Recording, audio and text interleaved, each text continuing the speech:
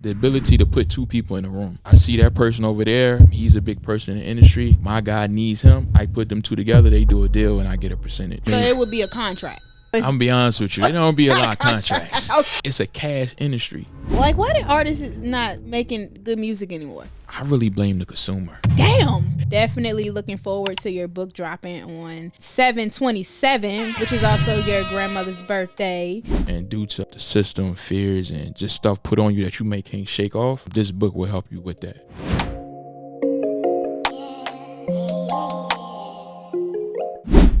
What's up, guys? This is Brianna Moore, your host of the Conversations Unearthed podcast, where y'all come for me, but you stay for the guests. Today, oh my gosh, we have an amazing person with us today. We have Mr. Inkz Billy.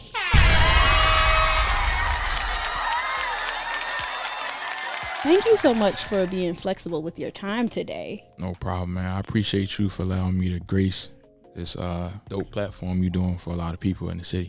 Man, I appreciate you. So from what I'm seeing, you're an author. Mm-hmm. You're a music industry vet. Mm-hmm. You're a life coach for creators. Yep. Stop me if I'm wrong on any of this. You're on the road. Okay. And you help entrepreneurs and artists grow with purpose, mm-hmm. and get paid without selling out. That's a fact. Okay. Yeah. Before we get into all of this, I always ask, just to kind of check the temperature. Mm-hmm. How is your heart? How you feeling?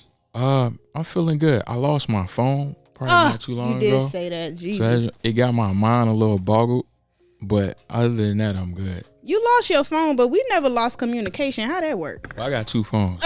Okay. I got a few phones actually, but yeah, one of them is like my main phone. The other one, you know how when you on the phone, but a lot of times you need to still text. So I got an extra phone for that. Okay. Yeah. Well, let's start with a few questions. Mm-hmm. You have a book called Tales of the East End, yep. which is dropping soon, mm-hmm. July 27th. Yeah. What is it about? Tales of the East End is pretty much a blueprint of my life. So I dropped Tales of the East End 1, which was in November. And then I'm dropping the second one, 7/27 in July. Okay. Right. So the first one was like a early introduction to my beginning of life, mm-hmm. Elementary, middle, a little bit of high. The second one is more my adulthood. So that's college, entrepreneurship, and just more where I'm at right now. I guess I just want to know a little bit about, because we like to go a little bit below the surface, because I know you told me what stages of life it was about, but what did people, or what did you want people to take from the first book that you wrote? Yeah, that first book was more about my environment. That's what the first one was about.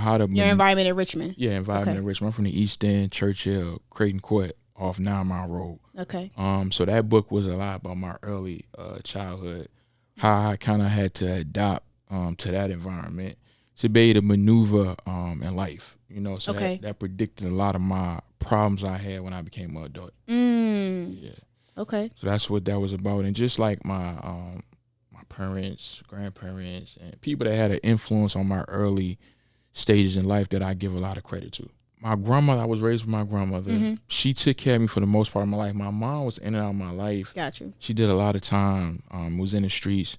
And I just had a really good home though. I had a really loving home. With your grandma? With my grandma, yeah. But the outside pressure can be louder than your inside home, right? Yeah. You know what I mean? So like you can have a great home, but if that pressure from the outside is coming in a lot, you can't really tell you got a great home. Because I didn't know I had a great home until I went around other people who had bad homes. Like, dang, y'all don't got no food. Y'all outside all day. I'm like, we don't go in the house. Y'all never go in the house. So when I started hanging around other people, I started to see the difference. But it didn't really hit me till I became an adult. Like I thought, growing up wasn't really a certain way till I became an adult, and I'm able to reflect back and say, dang, that was really crazy. But when you in something, you don't know it's that until you get out of it. So that's what a lot of that first book is about. And then the people that I felt like I had angels coming up. Yeah. Because I had people that came in my life at certain times in my life when I needed it. Like they would just pop up. Like divine timing. Yeah. Like I had an uncle, my Uncle Buggy. He would come in and pick me up when my car broke down. And it was crazy because I didn't know him my whole life until I was like probably like 16. Right. And he just came in at 16. He was my grandmother's brother, but he didn't come around when I was younger for whatever reason. He came in right at a time when I needed a male figure. I didn't have my house. Most of my household was like women.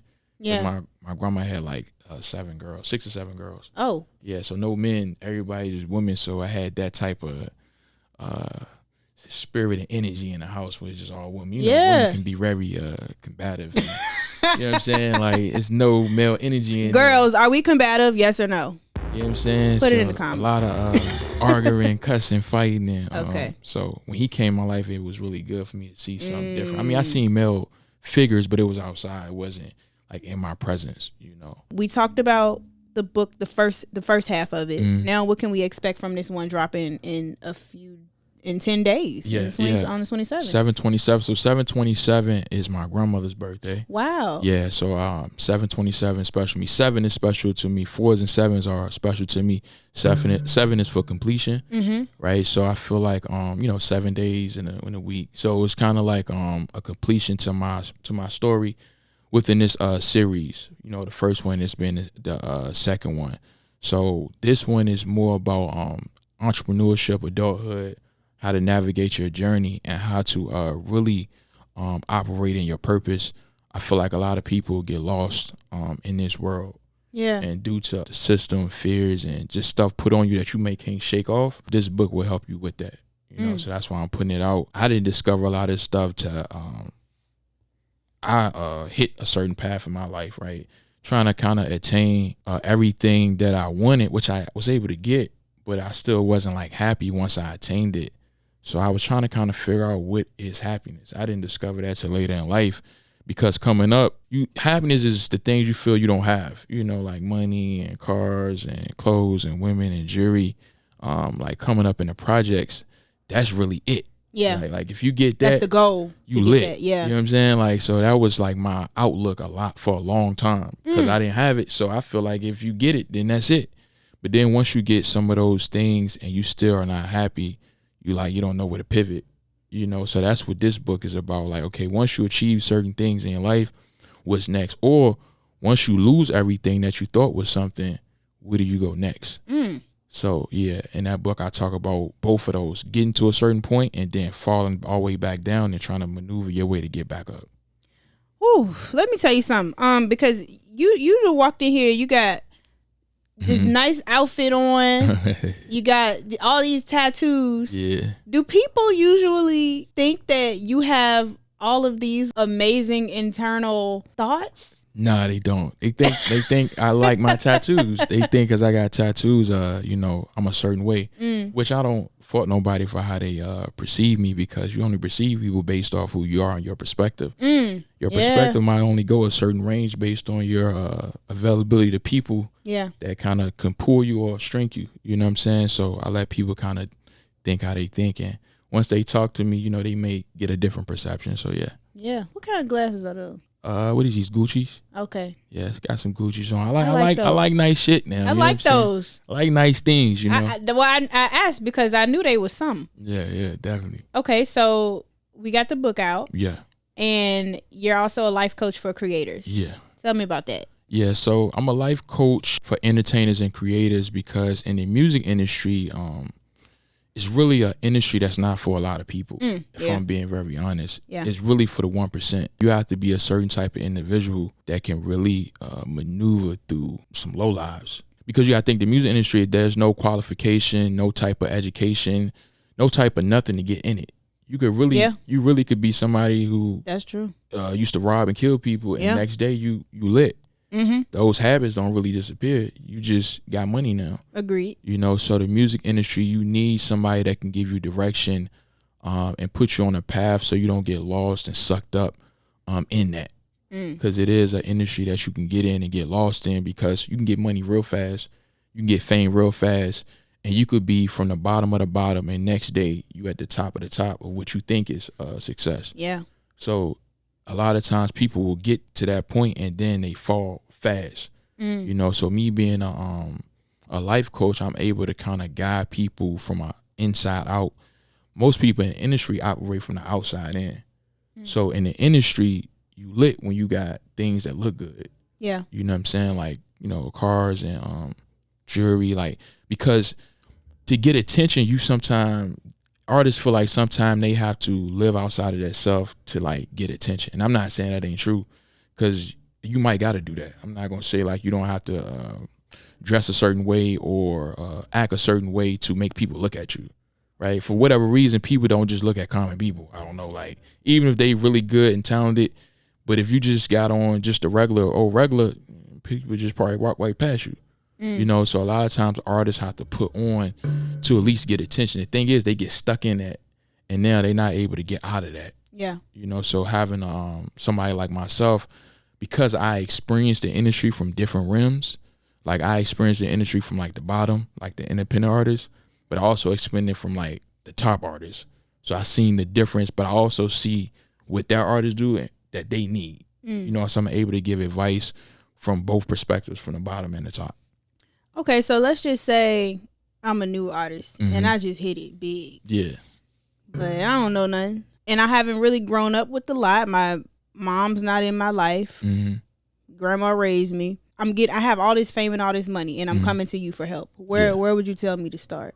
So the first thing I would say is you got to discover like what's your purpose. Just because you get a lot of money, that don't mean that's your purpose. Like you could be really successful in something, but that doesn't mean that's what you meant here for. You could just really hit.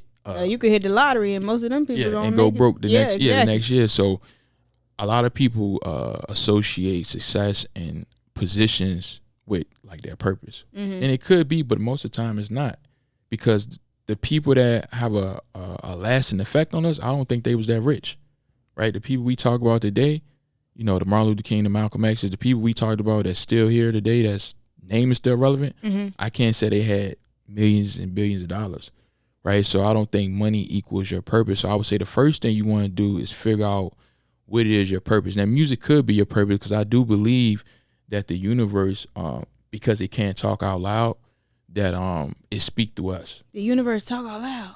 It doesn't talk out loud. Oh, it does not. Okay. It doesn't. To me, it doesn't talk like talk through us. Right. Right. So the sky doesn't say hey. Right. Right. We say hey. Yeah. Right. But we are a manifestation of the universe, right? Because we are the form from them. Yeah. Right. So the universe put us here to do art, to do music. So I do believe that we are the manifestation of the universe. So certain individuals have unique abilities to be able to sing, dance, and do art and stuff like that. So that could be your purpose, but I would say first figure out what is your purpose.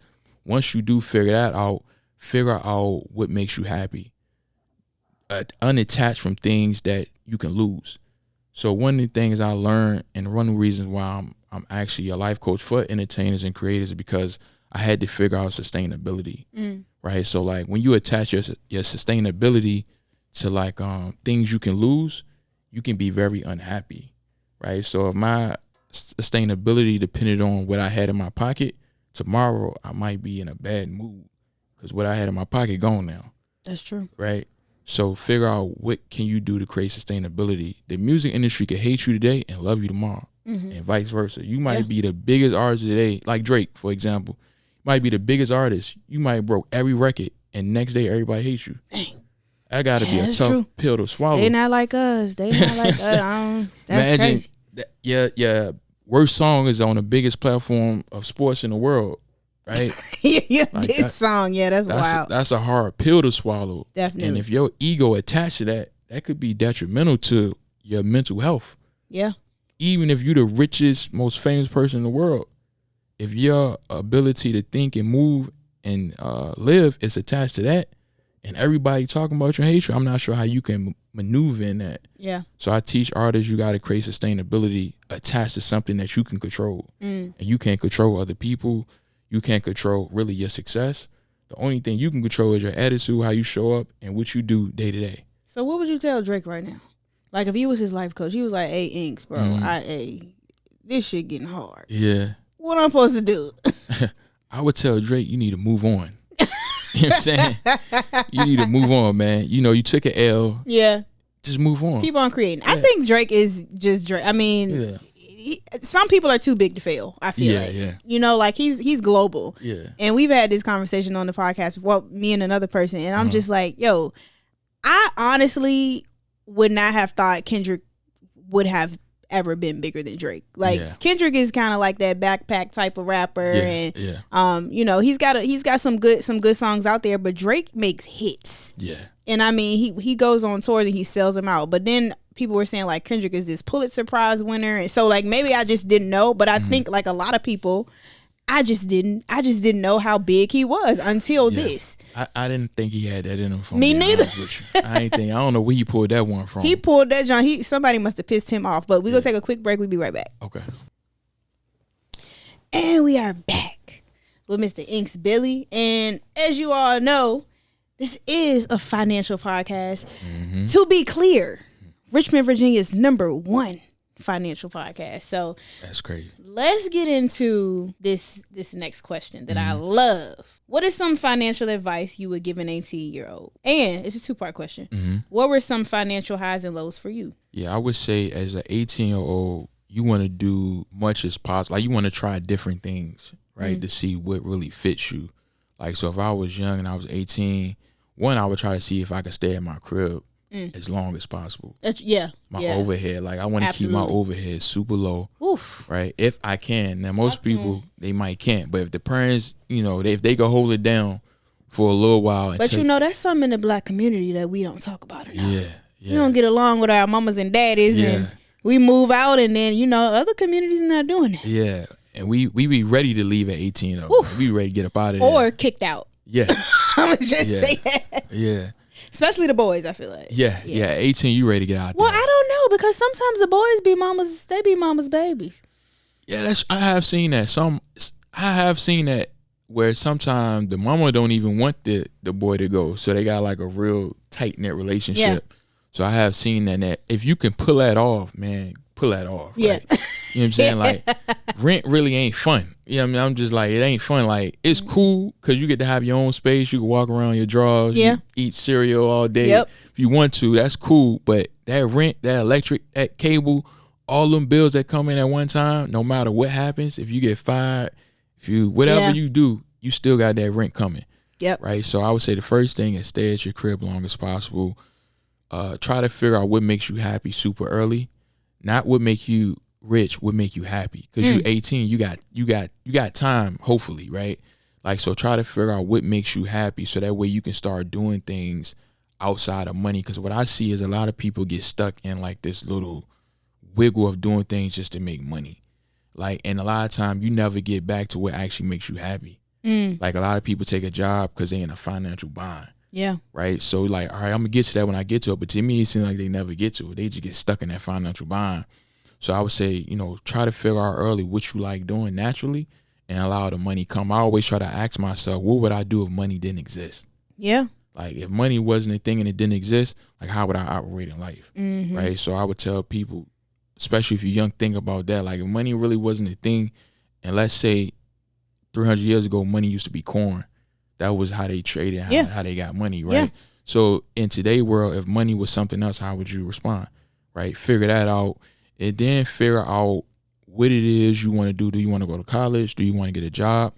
Figure out how you're going to save money, right? Because you're going to need to have some type of money to do things, right? Because everything really costs nothing free, right? So if you want to get into crypto, if you want to get into trading, if you want to invest into a skill set, like, it's gonna take some type of financial backing. You might not have the parents to like fund you. Yeah. Right. If they let you stay at the crib, that's a blessing. But they might not have extra to lend and fund your dreams. That's the biggest thing about music. Most music artists don't have the money to fund what they're doing. Right. So I would tell people, first, figure out what you want to do, what make you happy.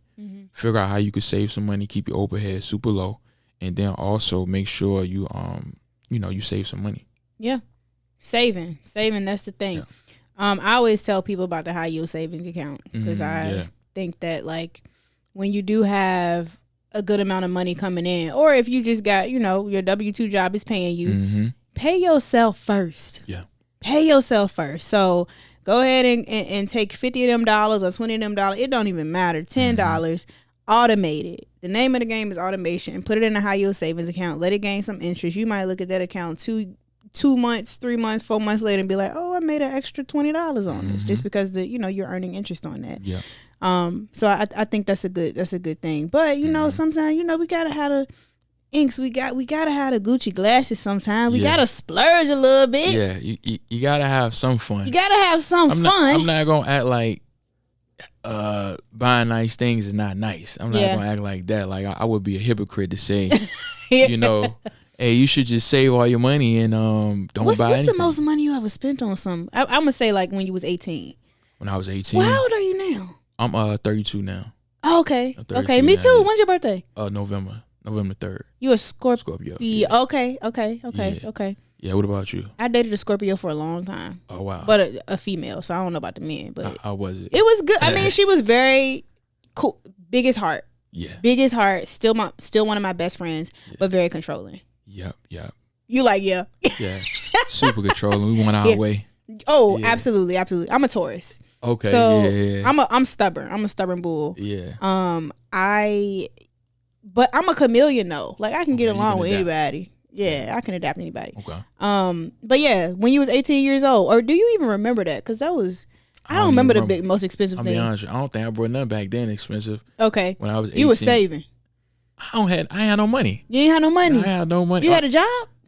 I had a job, but it was like, it won't make it. It was like, back then I had a job just to pay bills. Okay. Like, so when I was 18, I was still living with my grandma, but of course I was, putting towards like the rent and the bills and stuff in there. Okay. And I just didn't have, and I was going to school, so I was paying for that. Oh, wow. Yeah, so I didn't have a lot of extra money. I had enough money to get to school, get to work, and get a decent meal. Where were you going to school? What were you in school for? I went to J. Sargent. Okay. And I forgot what I took. I know J. Sargent was so bad because I would fail a class. Shout out to y'all. I would fail a class, and once you fail one class, you got to go back and take 3 just to get back into 1. Oh, I didn't know that. Yeah, it was the most. I'm like, yo, this can't be real. That's crazy. Yeah, so like you would be in math 101. If you fail math 101, you go back to math basics. Oh. And then you got to take like 2 more classes, get back to math 101. I was in there. I seen some people in there at like 2. I'm like, it's a 2-year school. People was in there like 3-4 years. I'm like, yo, this don't make no sense. Yeah. But yeah. So I had enough money to get back and forth, and just to do like the bare minimum things. I got you. When I was young, yeah. I got you. Yeah. And what were some financial highs and lows for you? Financial highs and lows. I ain't really started getting money until I was probably about 20, 25. Okay. Yeah, that's when I probably got. How are you getting money? The music industry, right? The music industry, okay. Music industry, I started getting money probably 25. I started going on the road. Okay. In the music industry, I became like a tour manager. Okay. And a consultant.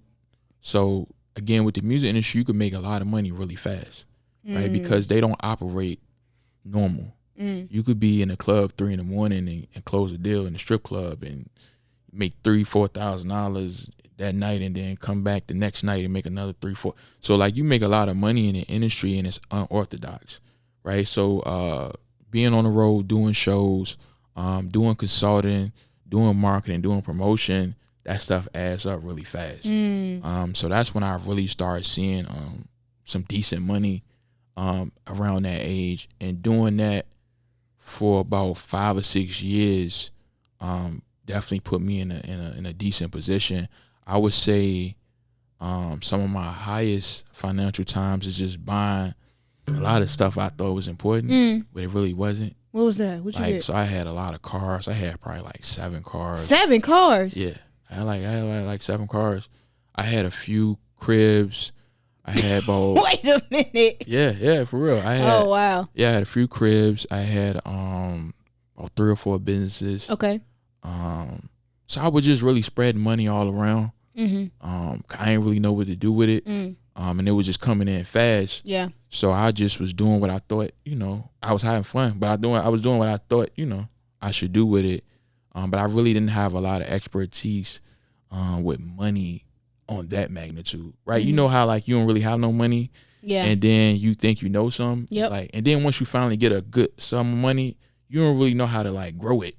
You pretty much got it, but nobody really tell you, okay, once you get it, this is what you do with it. They tell you like you should get it, But like once you get it, like what I do next. Yeah. Right? So you start doing things you think may work. And the thing about money is, especially business, you gotta have bandwidth to fail. Like, cause you will try different things, but it might not work. So you're gonna either have to, I would tell people, you either have to get somebody else money and put your money to the side. And if it failed, it just fell on your LLC or business. Yeah. And you just trump it, you know, or you have to figure out a way to allocate your money to where you're not taking so much risk, where you can afford the risk to fail. So that was some of my highs, and some of my lows was just failing.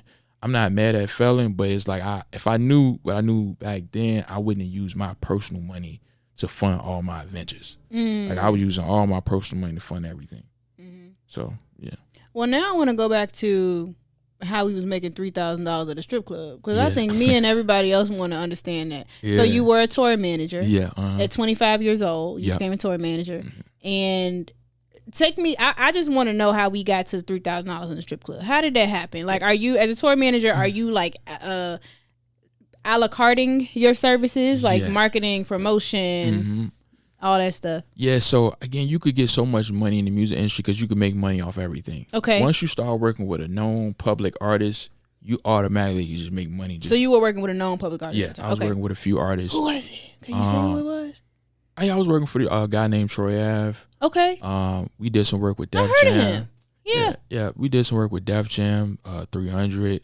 A few artists from labels, but it doesn't even have to be big artists. It could just be bigger artists than the artist that's coming to you, right? So if you got somebody that's a local, so let's say his name is Jim, and he's local, he's from the city, but you come in with an artist that's mid-tier, he hasn't made it all the way, but he's farther than him.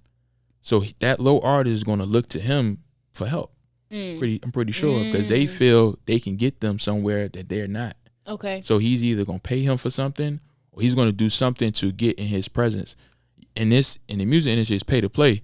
So you gotta pay your way in these rooms, right? So me as a person that's I'm calculated. Hey, you need to meet him. Okay, you gotta pay me, because I ain't gonna waste my time and bring you to him, and then you do something that make my name mad. So you definitely gotta pay me for my time, and then the ability to put two people in a room. You know, so I see that person over there. He's a big person in the industry. My guy needs him. I put them two together. They do a deal, and I get a percentage. Oh wow! Right. So percentages of just putting deals together. That's what I mean. Strip club. You might be in a strip club, 3 a.m. Let's say Future come in the strip club. Yeah. And I'm with somebody that does marketing for a label, and I say, "Yo, that's Future," and I go get Future, and I connect him with my guy, and they do a deal. I get paid off that because I don't want to put that together. Or it's okay. Right? Or it's an artist who made. So it would be a contract for the people that don't. Okay. Or it's, I'm gonna be honest with you. It don't be a lot of contracts. Okay. It's one of them handshakes, and that's the up and down thing about the industry. That's why it's so much drama. Got you. Because it ain't. Yeah. Because if you said you will give me 15% at the strip club, and then you talk about 2. Yeah. Or you don't get none at all. Or you don't get. Yeah. They forget about you. But yeah, it don't be a lot of contracts. It's a cash industry. So a lot of these people coming from the street, a lot of these people got cash, you know. So it's one of them things. Yo, I got 3,000 right now. How much you want? Oh, that's how it is. They just got it in their pocket. Yeah, they got it in their pocket. I got 4,000, 5,000 right now. I need a feature. Yo, he got 5,000. Now I tell him 6. Or he say he got 6. 55. All right, 55. That's how it be for real. Yeah, that's how it be. Yeah, because most people operating off that. They come from the street, so a lot of people operating off cash and hand deals. Ooh, I done learned something. Yeah. Oh my gosh. Okay, so we talked about how you make this money. Now I want to talk about the cars and the houses. Yeah. Because are you making so much money to where you just paying for this stuff in cash? Are you financing these things? Like, is your credit score good while you doing this at 25, or what's going on? How you doing all that? So I'm doing a bit of both. Okay. Whatever I could pay in cash, I'm paying in cash. I'm financing some things. So have you ever bought a car with all cash? Nah, I didn't buy a car. Okay. I wasn't like that though. I knew that. I knew like, all right, unless it was like a little car or something like that. Something that you know, like some under 10,000, some around $10,000, something like that. Yeah. No, I'll spend that, but $30,000-$40,000 for a car, no, I wouldn't do that. Cause I just feel like I could do a lot with that. Yeah. So I didn't do anything like that, but I did buy some in cash, some finance, and really I just I didn't really know what to do with the money. If I'm being honest, so I was just doing things. What? I didn't really know what to do. I mean, so once you get a certain type of money, you don't really know what else to buy. Like you're like, all right, I didn't got that, and then once you buy something, you be like, dang, this it. Okay, and what kind of cars are we talking about when you say you had 7? Yeah, I had a few Benz. So we have luxury cars. You're getting luxury cars. Yeah, like luxury cars, newer luxury cars? Yeah, newer luxury cars, yeah. definitely something, you know. But you also said you bought houses. So now that's houses a good investment. Now I didn't have houses, more like apartments. Oh, yeah. Okay. So, yeah, you were just living in really nice apartments. Yeah, nice apartments. Yeah, I didn't buy a house because I never was in one place. Okay. Right? So I didn't have the fortitude to like. It didn't make sense for you financially. Because I moved too fast. You know, I'm in this place, and that's the thing about being in the industry. You never in one place. It's very unstable because you here today and then tomorrow you're in California and then the other day you're in Alaska. So it just never made sense for me to stay in one place. So that's why I never bought a house. Even though I probably should have, but I didn't have the fortitude to think like that. Okay, and on the road at 25, because you said that you was at J. Sergeant Reynolds, so you were trying to get your degree.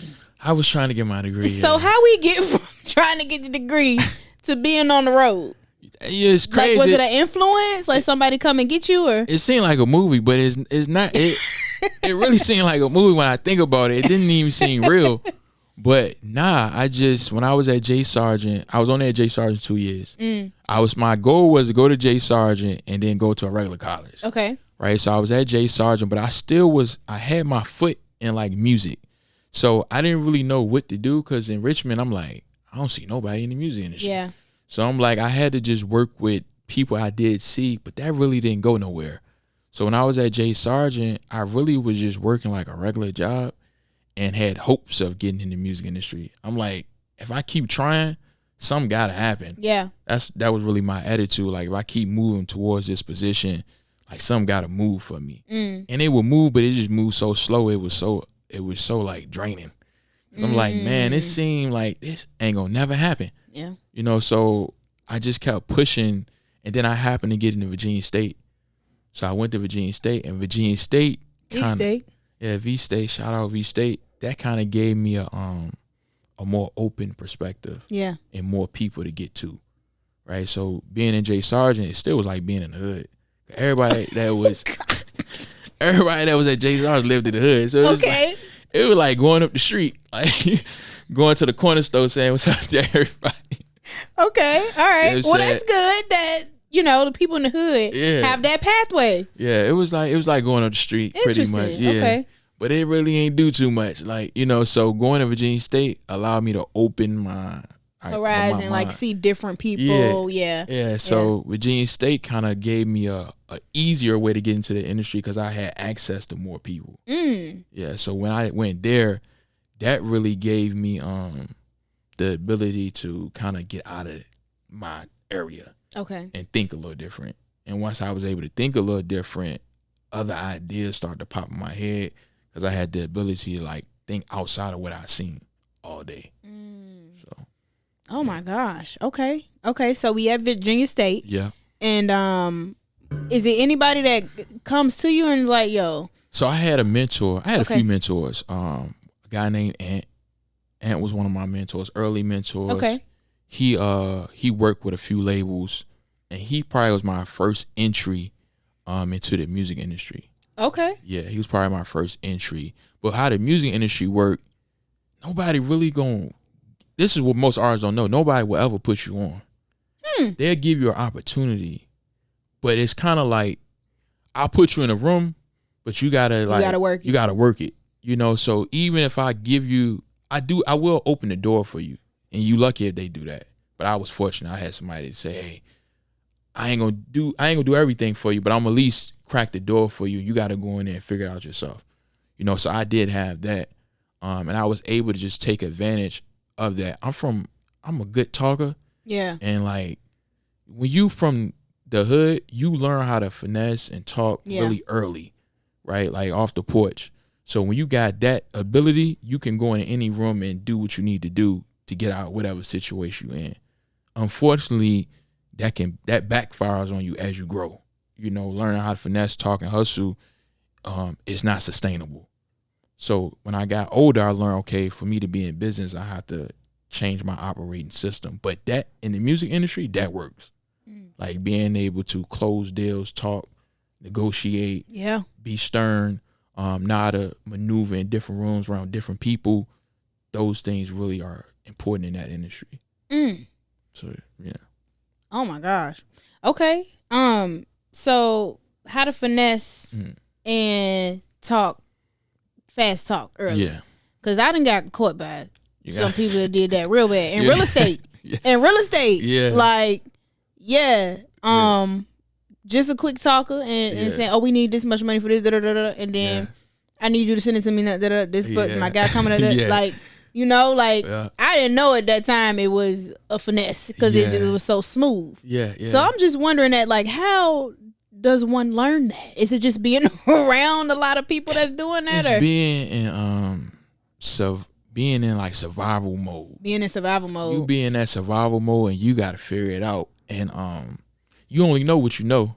Yeah. So like your environment, if your environment is a certain way, and it is like you know how they use crabs in a barrel? Ooh. Like you know how they use that, but it's not really the crabs, it's the hot water that make you try to kick somebody else down. So it's not the crabs that's pulling each other back, it's the hot water they got in there that's making me say, before I burn this hot water, I'm finna step on you for me to get out of here. So it's kind of like once you in that mode, you learn how to talk and move to get out of your situation.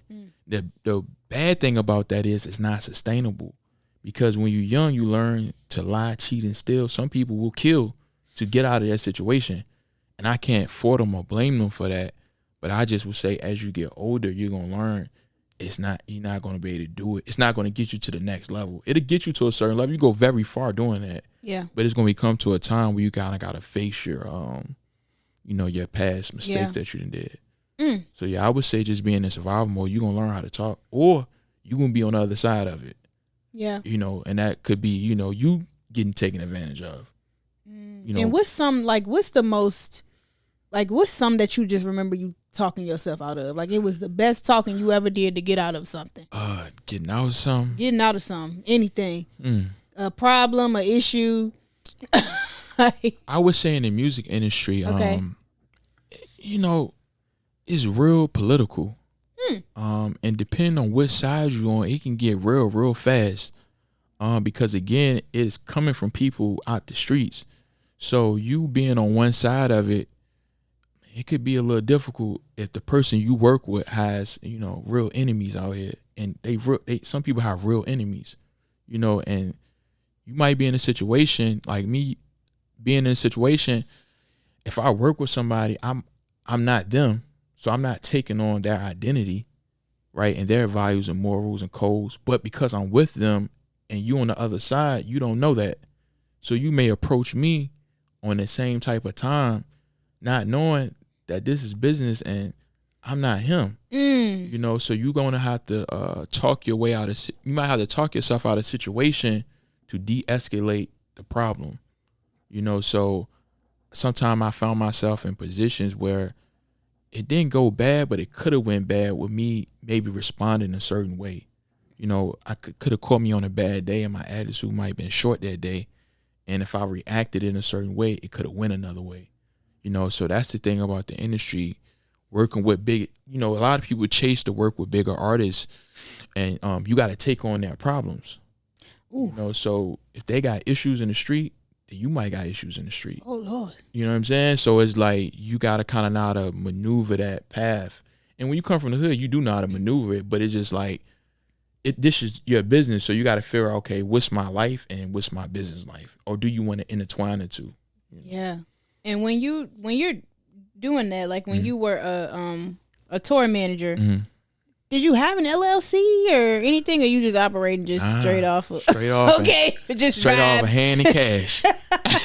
Just straight vibes. That's crazy. Straight vibes. Yeah, no LLC. No, I never learned none of that until I got older. Never learned none. Okay. Nah, because I guess you didn't need it if you were. Yeah, I'd be like, I got an LLC. They're like, and they don't even care about that type of stuff. Like in the industry, they don't care about LLC, education, business. Yeah. None of that. It be people that make millions and millions of dollars with no type of entity or nothing. Like, I'm in the wrong industry. It'd be crazy. Like, I'd be like, how I get this far with nothing? But because the way it is, they're able to get to a really high level with no proper business structure, no really expertise in business. They just got a skill and they got a talent and they can make it work. This society has taught me all wrong. What society told me was that I needed to go to school. And get a degree. Yeah.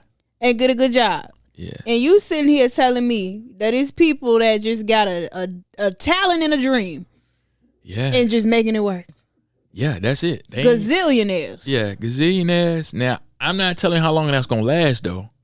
Because they get it fast, but if they don't... See, as you get older, a lot of them do learn proper business structure so they can learn how to... Because most people that get that money, they lose it. Yeah. You lose your first good sum of money for the most part. Like if you hit a good amount of money. Okay, good to know because I did. I lost mine. So it's like once you get a certain amount of money, if you don't have a proper structure and system to use it and fund it, you probably lose it. Right. And that's what most artists do. But as they get older, they do learn how to and they get around different people and stuff like that. Mm-hmm. But I still have met, some people who very successful, but they don't have any type of business entity or structure. They just floating, and I don't know how long that's gonna last, but they got that far. And it's hard to tell somebody something when they got more money than you. Like people that got more money, they don't listen to you. They like, why would I listen to you? I'm like, I'm trying to tell you, you probably gonna want to structure your business or like put it in something, man. You don't want to just be having cash and stuff like that. But if they millionaires and you not a millionaire, they like, man, I mean, what I'm listening to you for? So that's true because people do. I've heard that before. Like, I've heard that, yeah, and I've said that before. Like, why would I listen to you if you don't have as much money as me? However, mine was on the side of people telling me the opposite. Like, oh, you made this money now, you need to buy a car now, you need to get X, you need to upgrade your life. Whereas you on the side where it's like, oh, like these people, you trying to tell them the right thing. Yeah. But they still have that mindset of like, I'm not listening to this man because that's crazy how that just flipped in my head. And they didn't say that, but they not doing what I'm saying. You know what I mean? I'm like, all right, you ain't listening because you ain't doing what I'm saying to do. Yeah. But they not verbally saying, hey, I ain't listening because you ain't got enough money. But you could tell when somebody like, they got a certain type of money, so some going in their ear and some going out. That's a spend a check and get it right back mentality. Yeah. I would love to be able to spend a check and get it right back. I ain't figured that out yet. So when it comes down to you though, have you been a music artist at all? Are you doing music? So you're not even a music artist? Nah, not a music artist. Do you do like produce or anything? Nah. Just nah. I just got an expertise in like consulting because I have the experience and I know how to get you from A to B.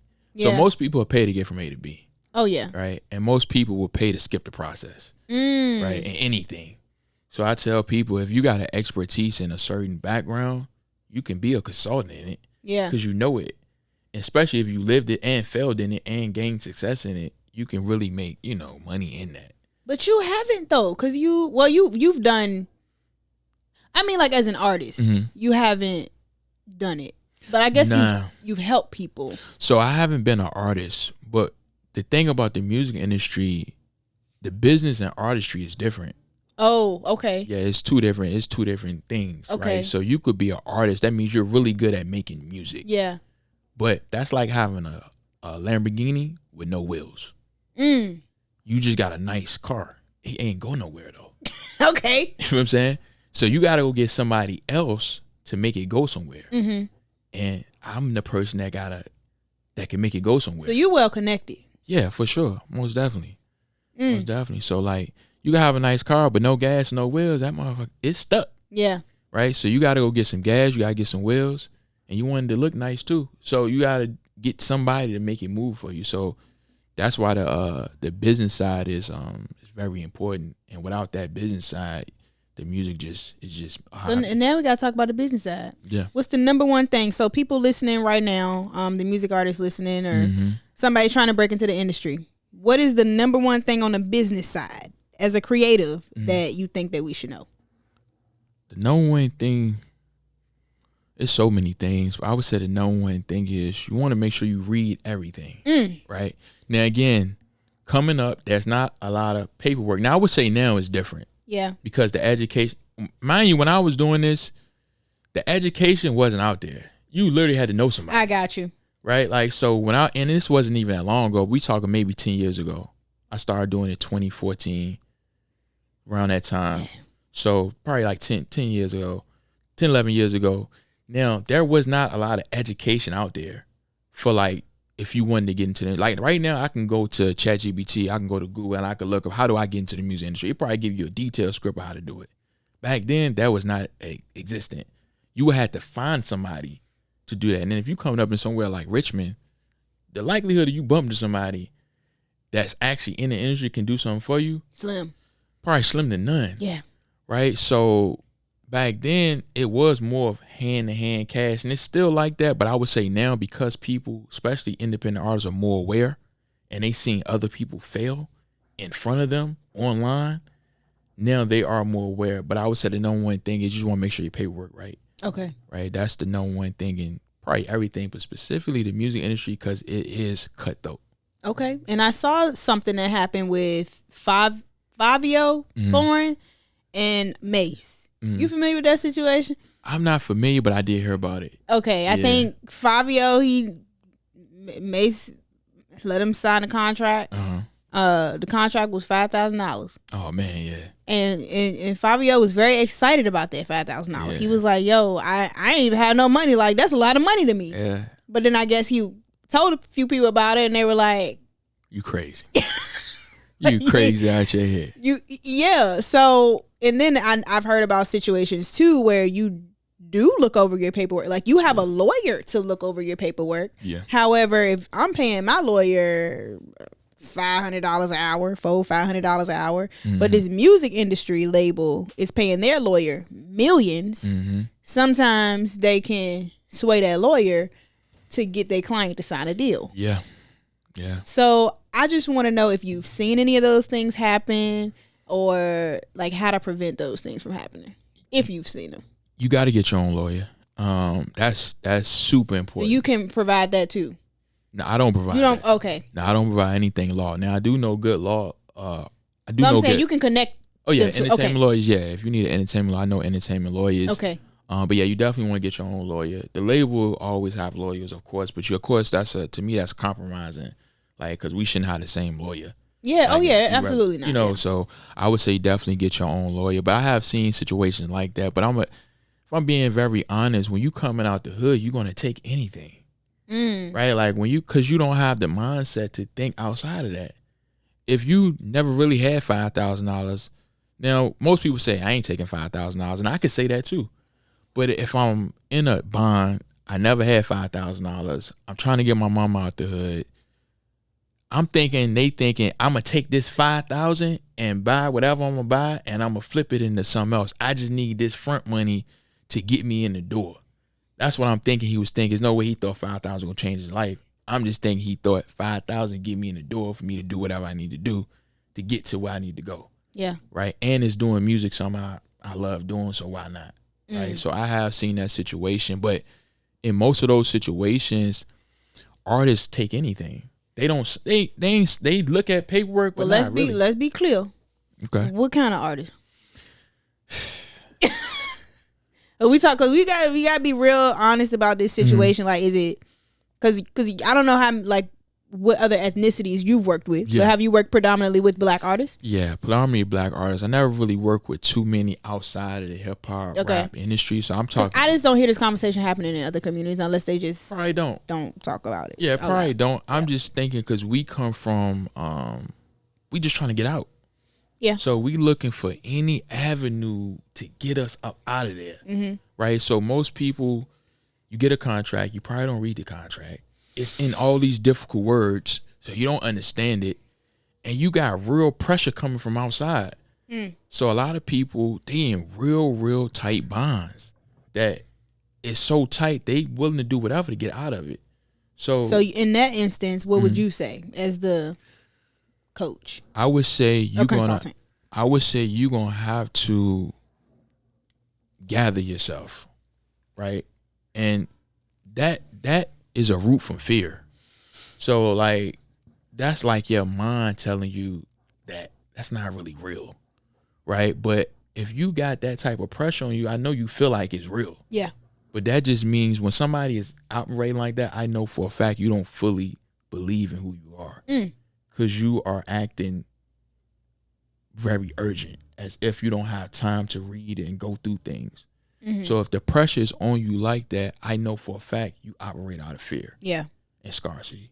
So you got to address that, because no matter how much money you get, you're still going to operate out of fear and scarcity. You're going to have $1 million, but you're going to be scared you're going to lose it the next day. So you're really not going to enjoy it. Yeah. So I would say, me being a coach, I would say you need to address that factor, and that regardless of what type of money you get. So it may be hard, but I would say, take time away from that, gather yourself, and then come back to the table. If they really want you, they're not going nowhere. If they really want you. That part. Right? Because I think that's what I struggle with negotiating and things like that. I'm like, dang, if I keep on going back and forth, and I'm not even speaking for the music industry, I'm speaking in general. I'm like, if I keep going back and forth, are they going to just like not want me anymore? So I think we all need some reassurance. Yeah, I think you have to have a certain amount of trust in yourself. To know that like what's for me is for me anyway. Yeah. So I don't have to act like that. That's like fear. When you act urgent, as if you don't move today, it won't happen at all. Yeah. So me personally, when things happen to me, I like to take a pause back just to gather myself, so I'm not making irrational decisions based on how I feel in this temporary moment.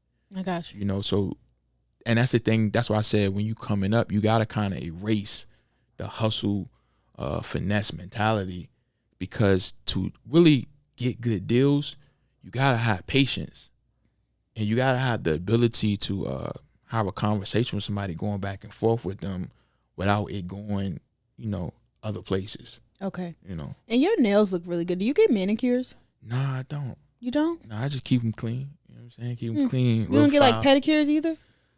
Maybe on my birthday. Something like that. In November you get pedicures? Yes, maybe on my birthday I'm feeling good. I want to treat myself, but not on the regular. Okay, I was just wondering. Yeah.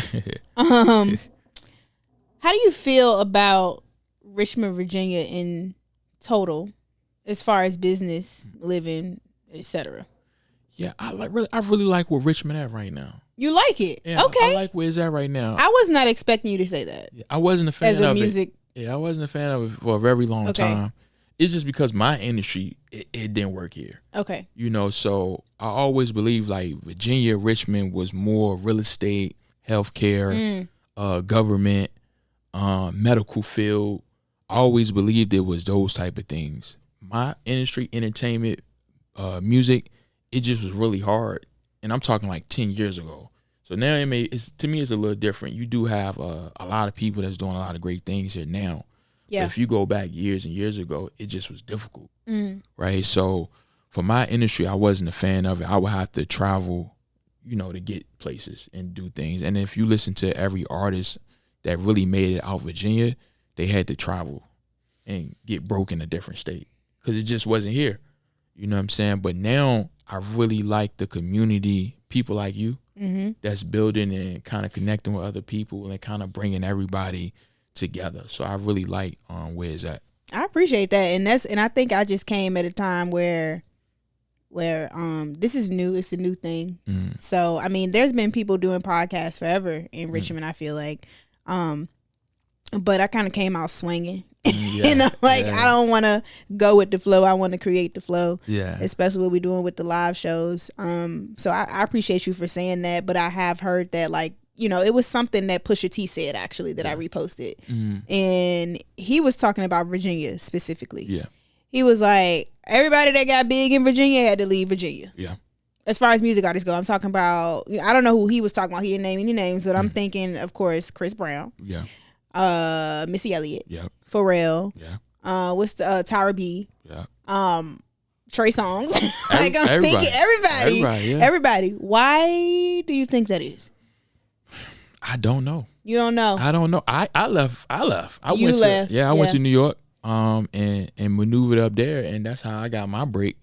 New York and Atlanta. Oh. Yeah, that's how I got my break. What's the difference though between, well, you say you don't know, so I don't know if I can even ask you this question, but I'm wondering what you perceive like the difference is. What was, because honestly, like when I go to Atlanta, it's this podcast. I don't know how long they've been doing it, but they got like 50,000 followers. And I feel like our content, it's not the same. Yeah, but it's similar. But it hit the same. Yeah. I'm like, wait a minute, what's that? So I feel like you might get a bit more momentum in fast or bigger cities. It's something about them cities. They got an infrastructure that just work. Like the people there are used to success. Ooh, okay. So like Wakanda. Yeah, it really kind of is. It's like black success. It's like black success. Like, you know, here it's way better now, but like here, it not used to success. So in Atlanta, New York, LA, these places, when you popping, people champion you, like pushing you, like, yo, I want to join and move you. Yeah. When you in smaller cities, they like, man, think he is. He think he all. Why you change your voice? Because that's how they be. I'm like, dang, like they don't. People here, you know, they push back. They don't join you. Yeah. So to me, that was the biggest thing I seen in bigger cities and small cities. Bigger cities, people join up, click up. Okay. All the successful people are together. Smaller cities, is bunches, separate. Got one here, one there, and for whatever reason, they just don't come together. I don't know why. So it's like I gotta make it, and that's me, and it's me or nothing else. So I always seen that in smaller cities. I don't know why it's like that. So I know, especially for the music industry, like that's how it was. Like you had to go to like a different city because this city champions you. Like, you go to Atlanta, like they embrace. Like you don't even know who's a local artist.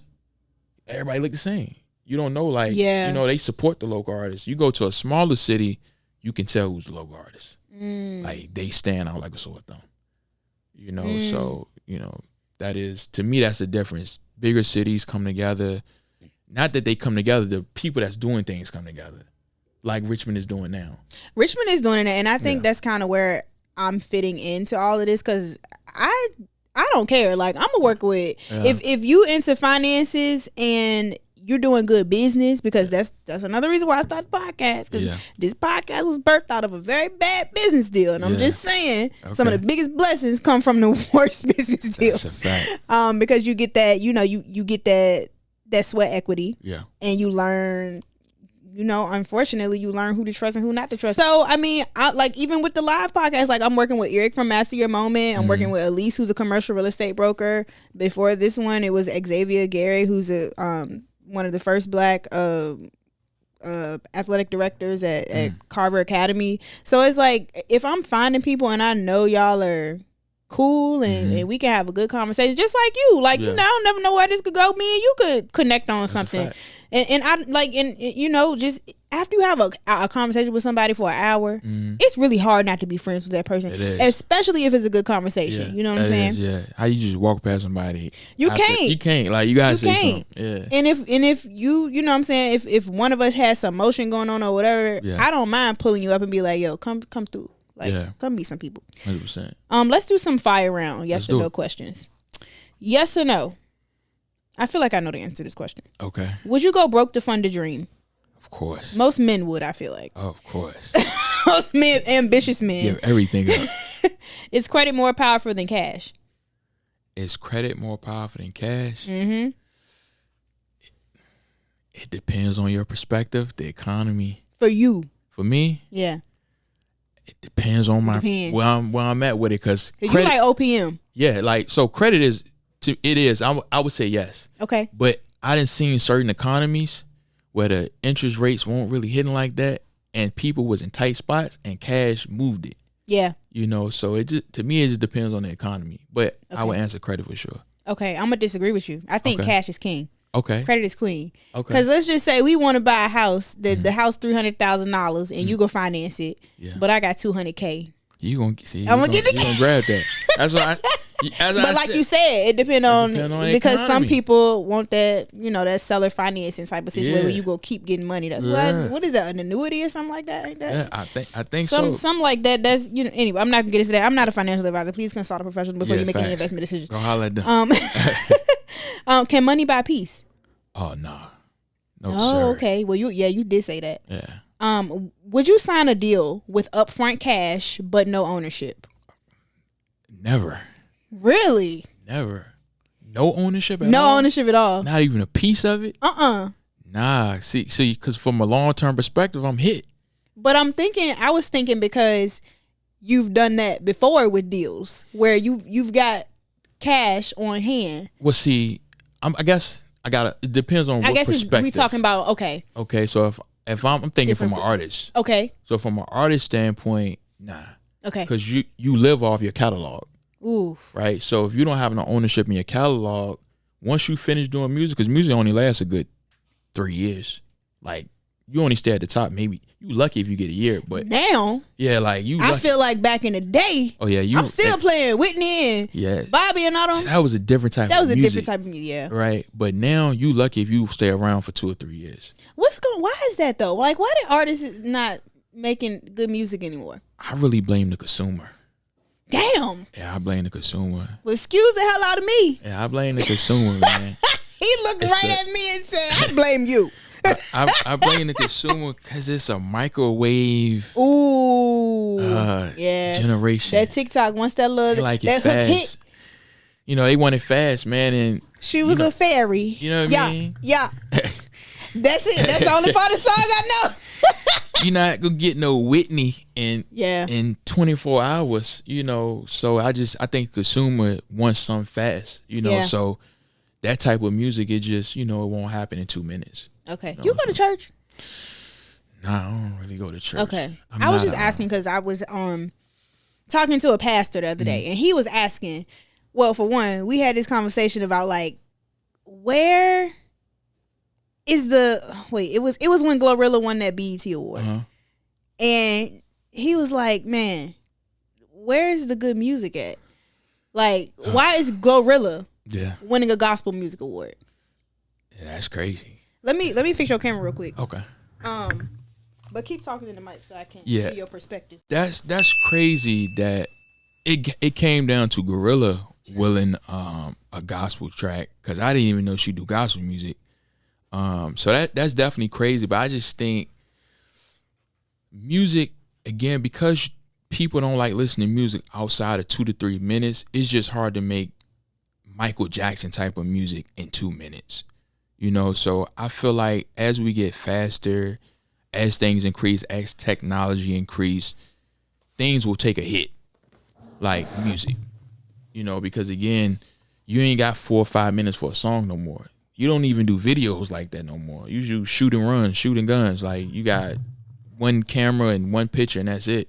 Like, you don't even have videos like that no more. So I believe because people, like consumers, are willing to take less quality for more of a dopamine hit, you're gonna get what you're putting out there. Yep. Well, we're in a time where Glorilla has won gospel. Yeah. What is it? Gospel song of the year at the BET Awards. Yeah. Even though she's a hardcore rapper. Yeah. Yeah. It's undescribable. You can't even describe that. I don't know how that happens. Yeah. Yeah. That's one of them mind foggers. It foggers your mind up. Like, how does that even happen? But I think where we at in music right now, the consumer just wants something fast. They want something fast, feel good, nice little beat, under 2 minutes, and something they can repeat. Yeah. And if you can create that, you got it. Oof. Now, is that sustainable? I don't know. We still playing Whitney, but I'm not sure if I'm gonna play that Gorilla song 20 years from now. I didn't even know the song. I had no idea what the song was. Because they were asking. We talked about it And the whole time we talking about it, I'm like, can you play it? Like, because I really don't know what it sounds like. Yeah. But I don't want to take up too much of your time. What do you have coming up next? How can we support you? And let us know your social medias and everything. Yeah, definitely follow me at Inkz Billy. Tales of the East End dropping 7/27. That's really what I'm focusing on right now. Where is you dropping it? On online platforms, Amazon. I'm doing it digitally because I feel like it's just easier for people to get. Okay. I will have some. So like an ebook. Yeah, ebook. Okay. Yeah, but I got the physical copy too. Okay. Right, so I'm gonna have the physical copy on hand, and the ebook online at Amazon. So the link is in my bio at InkzBilly, so you can grab it there. And then I'm gonna be giving copies out as well. So I'm gonna get you a copy. Yes, I'd love to. For sure, a few different people I know copies. So yeah, you can pull up on me if you see me, or you can go to my site and get that. So 7/27 Tales of the East End 2. Focusing on that.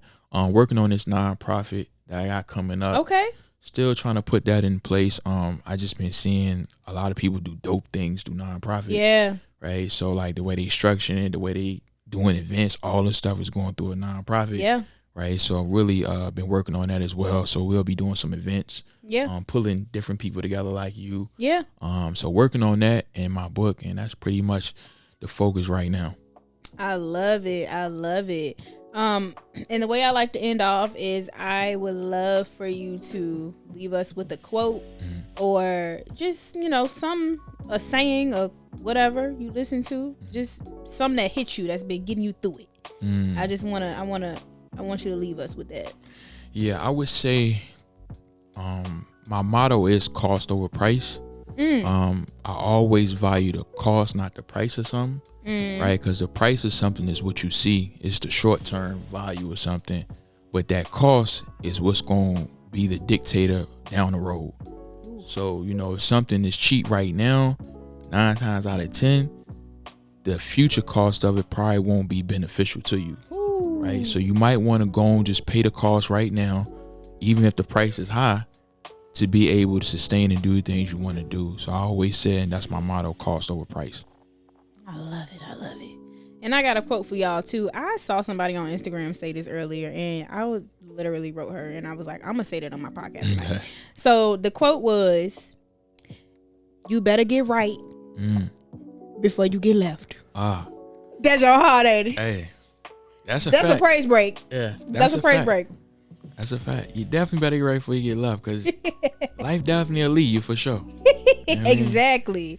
Well, thank you so much, Mr. Inkz Billy. We will definitely be looking forward to your book dropping on 7/27, which is also your grandmother's birthday. So happy early birthday to her. Congratulations on everything you got going on.